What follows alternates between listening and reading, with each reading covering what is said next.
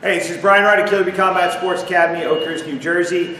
Now, there's a thing we do called a twist block. So if someone's kicking the middle or high, we do what we call a twist block. So first off, we take our stance. We have our elbows up and our hands down. Now, if you can see, when I'm in my stance, look how my palms are. My palms are facing each other or slightly out.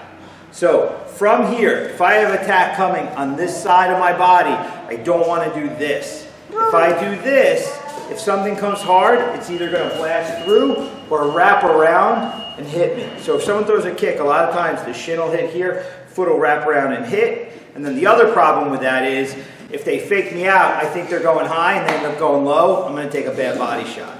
So what we want to do is we want to twist. So again, look at the angle of my hands. My hands are either slightly forward or at each other. Keeping them up, like we were speaking of before, not microphone, telephone level.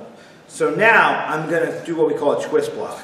I'm going to turn my body here, and this is how I block. So the technique is coming this way, so I'm turning into the kick, blocking here. Now, the reason this works is because A, it sets up my counter. From here, I can uncork a good hook. Now, how many bones do we have in our forearm? We have 2. Okay, you have the 2 bones. If I just turn this way, partially, I'm only blocking with 1 bone in my arms, which means I have less support on the kick. There's a good chance I can break my arm. The other side of it is, on this angle like this, my shoulders are locked. It's very hard for me to move. So I'm going to take the full brunt of the impact on my forearms. Now, if I'm here and I push this way, and I'm using the flats of my arms, so I'm twisting but keeping the palm angles this way, my arms have the ability to absorb when the hit comes, and my hip can move. So I'm not locked in place. I actually can coil when I get hit, come back with my hook. Now, same thing applies to the other side.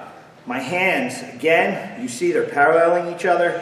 So when I block, I'm going to twist here. I'm putting my weight to my right side, to my back foot, because from here I'm going to come back with a cross. So kick comes using the flats. Again, I'm going to twist using the flats of my arm. If you think about setting up the cross, you put yourself in good position for this. I'm using the flats, hands are up protecting, setting myself up, so now I can throw the cross off of it.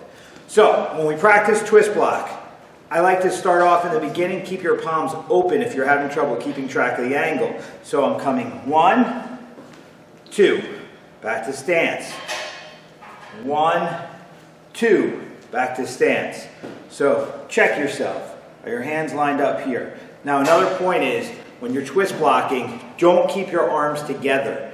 You want to spread the surface area out. Because if I put everything here, that impact is going to be basically on one point, which means there's a tremendous amount of force coming through one area, which means I'm going to take damage. So the key is we want to block in a way that we're taking as little damage as possible and putting ourselves in position to counter. So one more time, twist, hit, twist, hit. So when you hear me say twist block, that's what I'm talking about, and that's why. We're not just trying to block a kick, but we're trying to stay safe and put ourselves in position where we can counter.